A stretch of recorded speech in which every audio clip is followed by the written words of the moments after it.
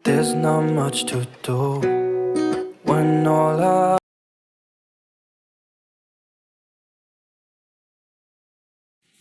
Assalamualaikum warahmatullahi wabarakatuh. Kembali lagi dengan saya Mutia Rahmah dengan NIM 2011 dari Prodi Administrasi Pendidikan. Kali ini saya akan menyampaikan materi mata kuliah Administrasi dan Supervisi Pendidikan dengan dosen pengampu yaitu Bapak Dr. Hanif Al-Qadri, MPD. Nah, pada kesempatan kali ini saya akan menyampaikan judul materi dengan judul Administrasi Hubungan Sekolah dan Masyarakat. Sekolah sebagai lembaga pendidikan yang berada di tengah-tengah masyarakat sebenarnya tidak akan pernah berdiri sendiri. Bagaimanapun, sekolah butuh masyarakat, perlu dukungan dari masyarakat dan lingkungan sekitar. Artinya, perlu kerjasama antara masyarakat dengan orang tua, perlu kerjasama yang luar biasa, saling memahami antara kedua belah pihak terkait dengan berbagai program pendidikan, berbagai hal yang dilakukan oleh sekolah untuk mendapatkan pemahaman sekaligus dukungan murid serta materi dari masyarakat. Bahkan masyarakat menjadi yang utama dalam bagian sentral yang ada di dalam kawasan lingkungan pendidikan itu sendiri. Administrasi hubungan sekolah dan masyarakat merupakan kegiatan manajemen, kegiatan mengelola dalam menciptakan hubungan kedua belah pihak antara sekolah dengan masyarakat. Hubungan yang dibangun yaitu hubungan yang baik dan harmonis antara masyarakat dengan sekolah. Nah, dalam pelaksanaan administrasi hubungan sekolah dan masyarakat perlu dilakukan kerjasama yang mana itu perlu didesain yang direncanakan oleh sekolah sebagai lembaga, sebagai organisasi yang berada di tengah-tengah masyarakat yang mana yang mengikuti serta mereka dalam setiap kebijakan dalam berbagai hal yang sebenarnya butuh lingkungan serta support dari masyarakat itu sendiri.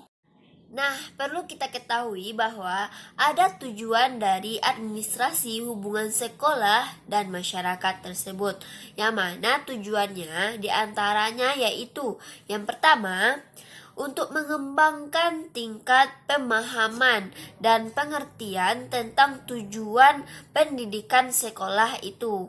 Yang kedua yaitu untuk menilai program sekolah sehingga sekolah betul-betul tidak sekedar camawa, seakan-akan keputusan mereka dibuat oleh mereka sendiri adalah satu program yang luar biasa, yang hebat dan punya manfaat untuk semua belah pihak.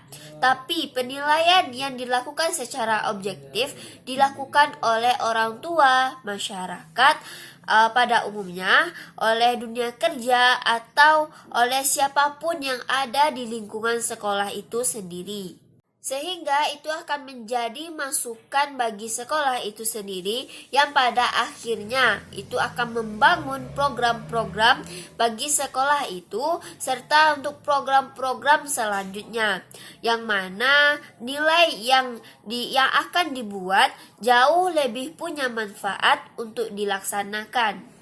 Yang ketiga yaitu pengembangan potensi peserta didik.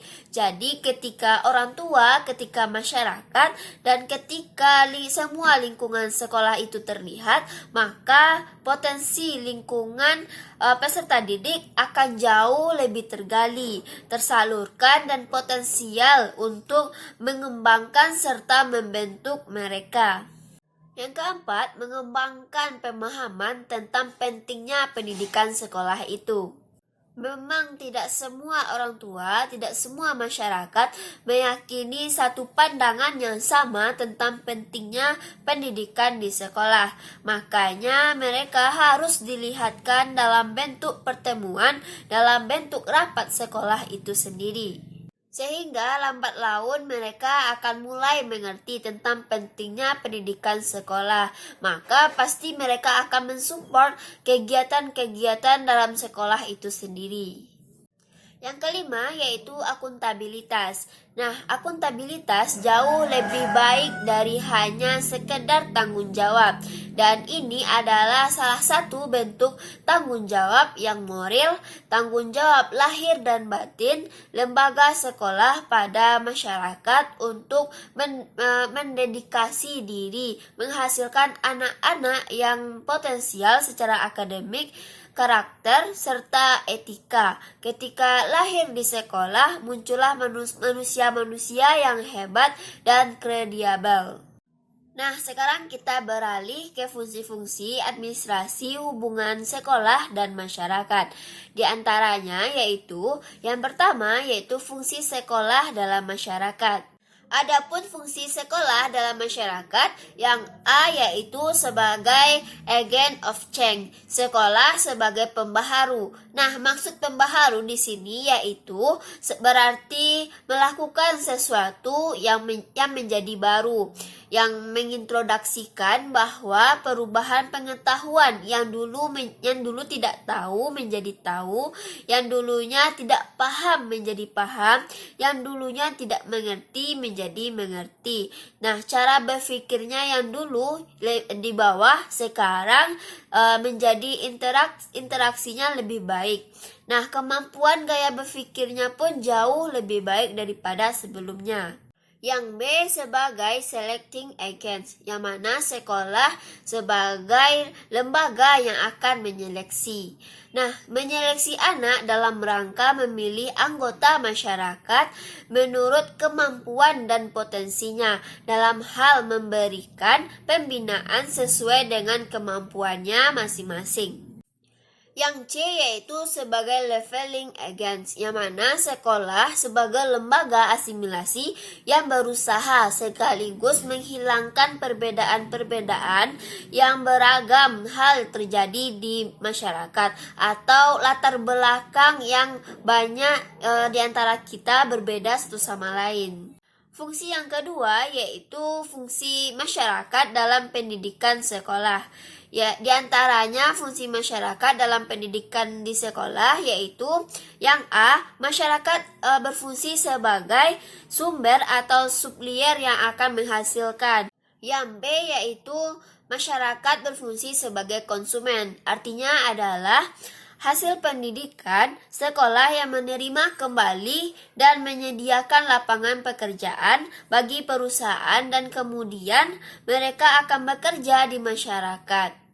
Yang C yaitu masyarakat berfungsi sebagai peserta. Nah, adapun unsur-unsur pengelolaan hubungan sekolah dan masyarakat, di antaranya yaitu yang pertama, sekolah itu sendiri sebagai pusat pendidikan formal dalam masyarakat.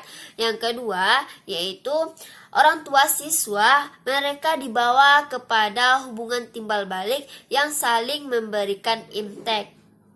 Yang ketiga yaitu siswa dan guru, yang mana siswa sangat penting di sekolah dan sedangkan guru sebagai ujung tombak yang akan mengelola peserta didik menjadi manusia-manusia yang bermanfaat.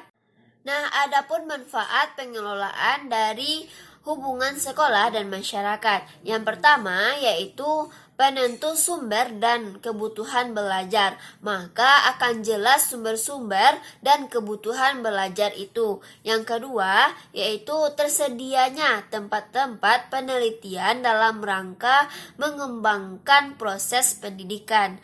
Yang ketiga, yaitu pemenuhan sarana dan prasarana. Dan yang keempat, yaitu sumber dana dan daya, artinya sekolah tidak akan bisa berdiri sendiri tanpa adanya support sistem dari masyarakat tersebut. Nah, kita masuk ke bagian yang terakhir yaitu pengelolaan dalam hubungan sekolah dan masyarakat.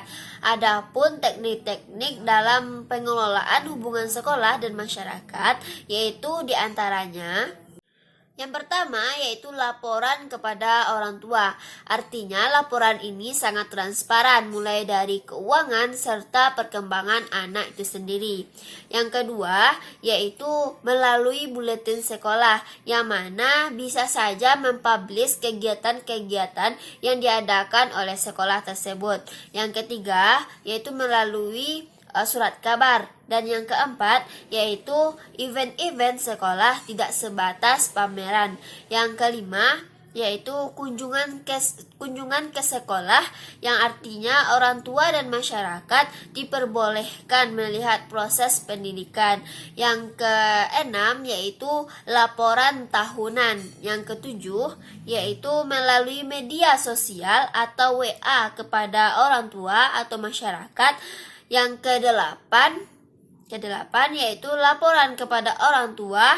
Siswa bisa berbentuk triwulan, bisa caturulan, bisa semester, tahunan, harus dibuat secara periodik dan harus dilaksanakan. Yang kesembilan yaitu open house, yaitu memberikan kesempatan kepada orang tua untuk melihat kegiatan di sekolah. Dan yang kesepuluh yaitu yang terakhir yaitu kunjungan ke rumah siswa untuk melihat latar belakang siswa itu sendiri, ataupun siswa bisa menjaga silaturahmi antara guru dan orang tuanya. Baiklah, cukup sekian penyampaian materi dari saya. Apabila ada kesalahan dalam pengucapan ataupun kesalahan dalam penyampaian materi, saya mohon maaf sebesar-besarnya.